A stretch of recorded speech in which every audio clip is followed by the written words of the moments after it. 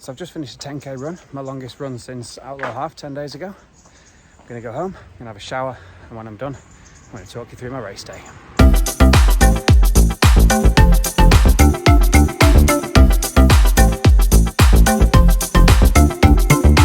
So, the story of my Outlaw half race day.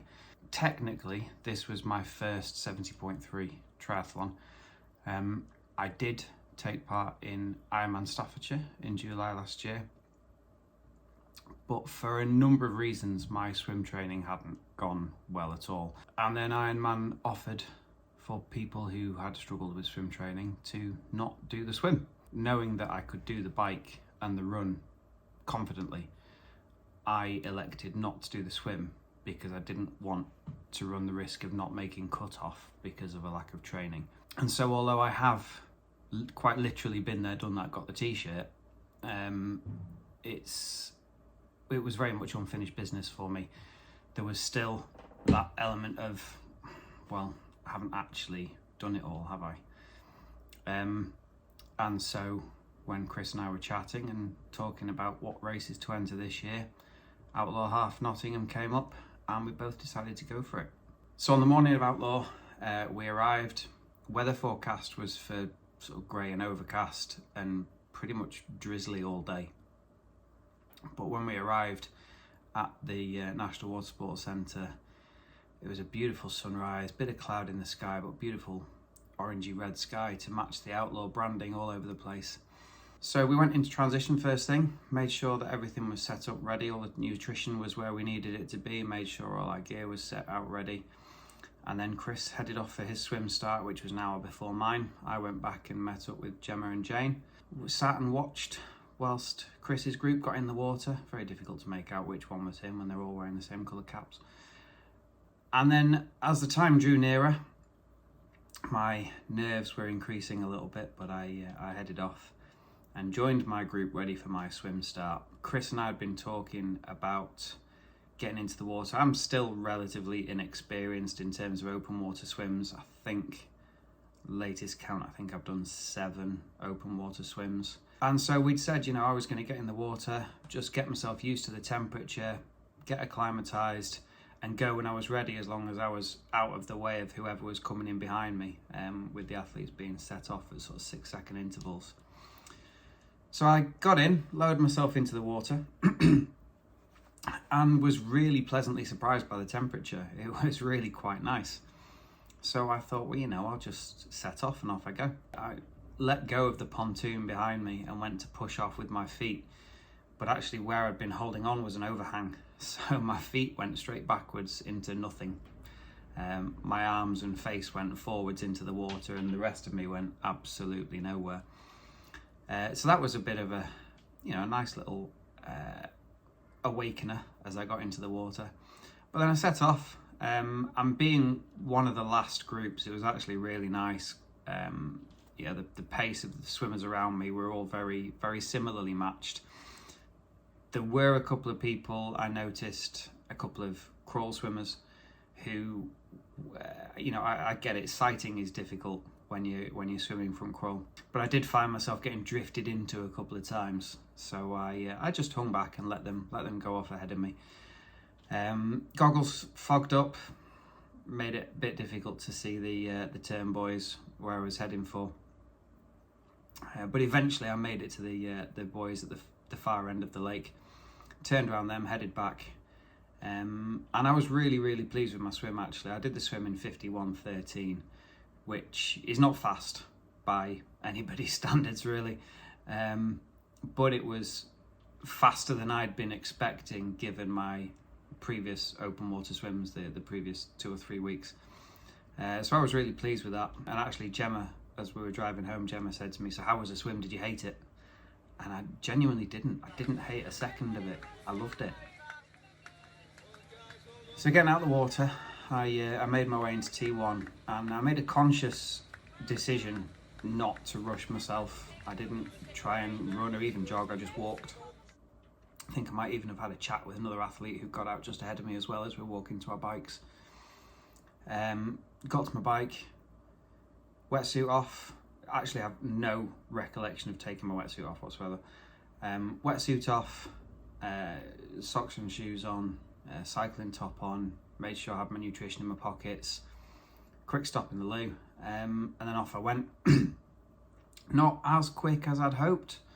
In fact, well, again, not quick at all. 11 minutes, 10:59. But it got me out, and it got me out in a state that I was happy and comfortable getting on the bike, and so off I went.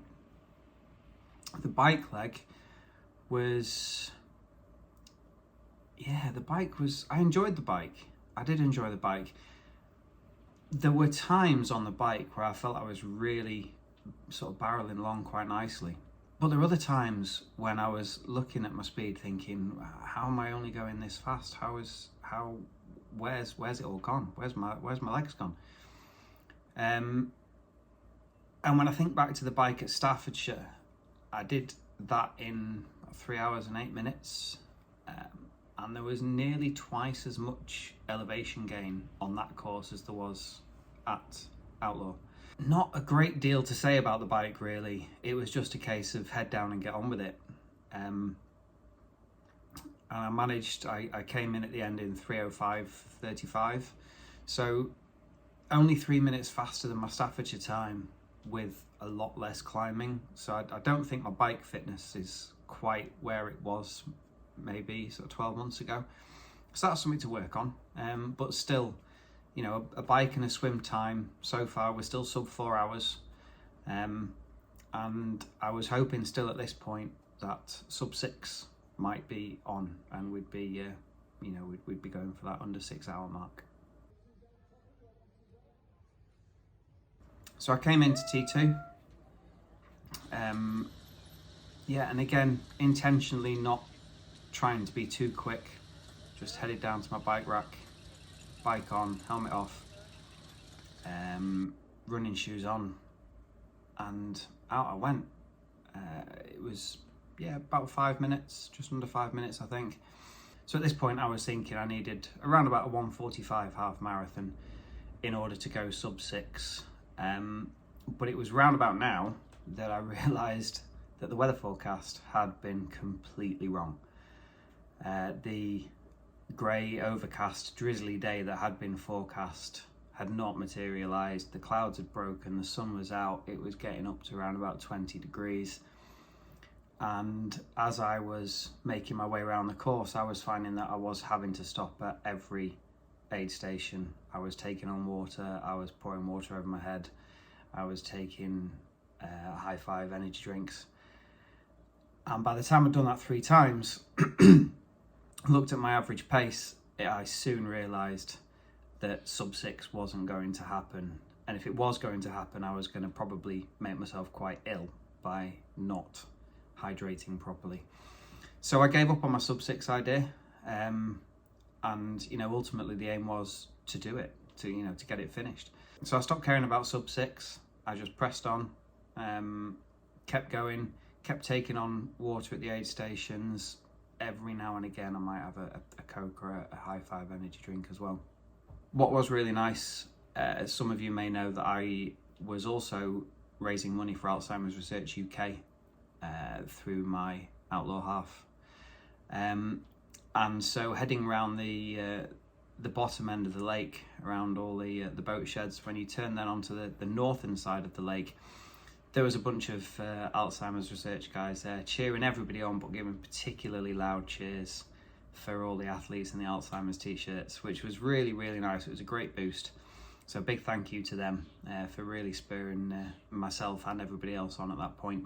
The run course itself, 3 laps around the lake with a little fiddly bit off the lake, up the hill, through the woods, and then running parallel to the canoe slalom course for a little while, and then back to the lakeside and round. Yeah, it was a nice run course, nice and flat at times, a little bit frustrating with the wind. Running along the north side of the lake, you're running into the wind, and you really did notice it. But then running down the south side of the lake, you're running with the wind, so all of a sudden the heat just intensified, and it did make life quite difficult. By the time I was starting my 3rd lap on the run, I knew for definite that sub 6 wasn't going to happen. I was looking at, low 6 hours, but sub 6 wasn't going to happen. But again, didn't really care about that anymore. It was just getting to the finish that mattered. So I pressed on with my third lap. It turns out I get a little bit happy when I run for the finish line of a triathlon. I don't remember acting like this when I finished marathons and half marathons and things like that. But Ironman Stafford, I did a similar thing when I crossed the line there. It wasn't planned, it just happened. And then again at Outlaw, I was running down the finish chute. I could see Gemma and Jane and Chris sitting in the stands cheering me on.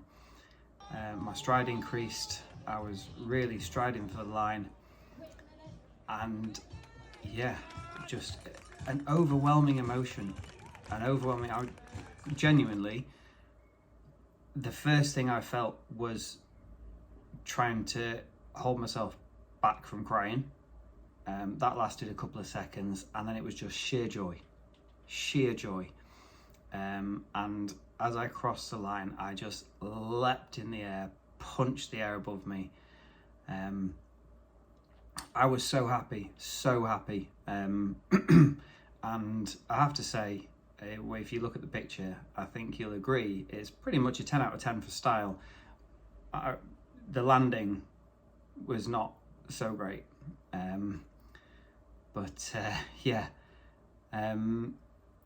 Across the line, finished, and my finish time 1:50:51 for the half marathon, which on that day I'm really pleased with. It doesn't matter that I didn't go sub 6. I know I keep going on about it, so it sounds like it does, but it genuinely doesn't. It doesn't matter that I didn't go sub 6. I finished it.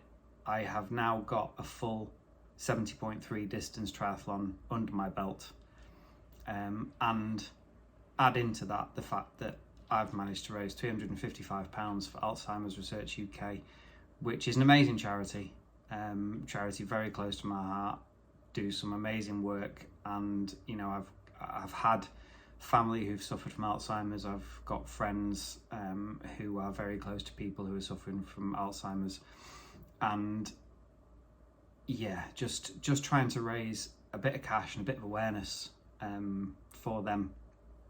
I'm so pleased that I was able to do it for them, and cross that finish line happy.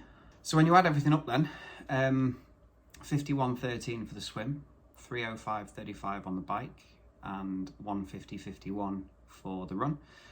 Add in my 2 transitions, and that came in at 6:04:06, which I'm really happy with. Really pleased with. I think I have got more in me. I think I can go faster. I know I can do my transitions faster. And so on the right day, at some point in the future, yes, I think I will beat that. But for now, I'm just so happy to have done that. Another t-shirt for the collection. So now I've just got to decide what to do next. So if you've got any suggestions, please don't suggest a full Ironman. But if you've got any suggestions, drop them in the comments, let me know. I'm trying to weigh up between some shorter triathlons in the autumn or maybe a marathon. Just not sure yet which way to go, but I need to decide soon so I can get some training in. But yeah, so that's the story of my Outlaw half. Fantastic day, brilliantly organised, brilliant meal afterwards. Brilliant meal, chicken burger, amazing, really good chicken burger. Little disappointed that the plum crumble and custard was cold, but you know, can't have everything.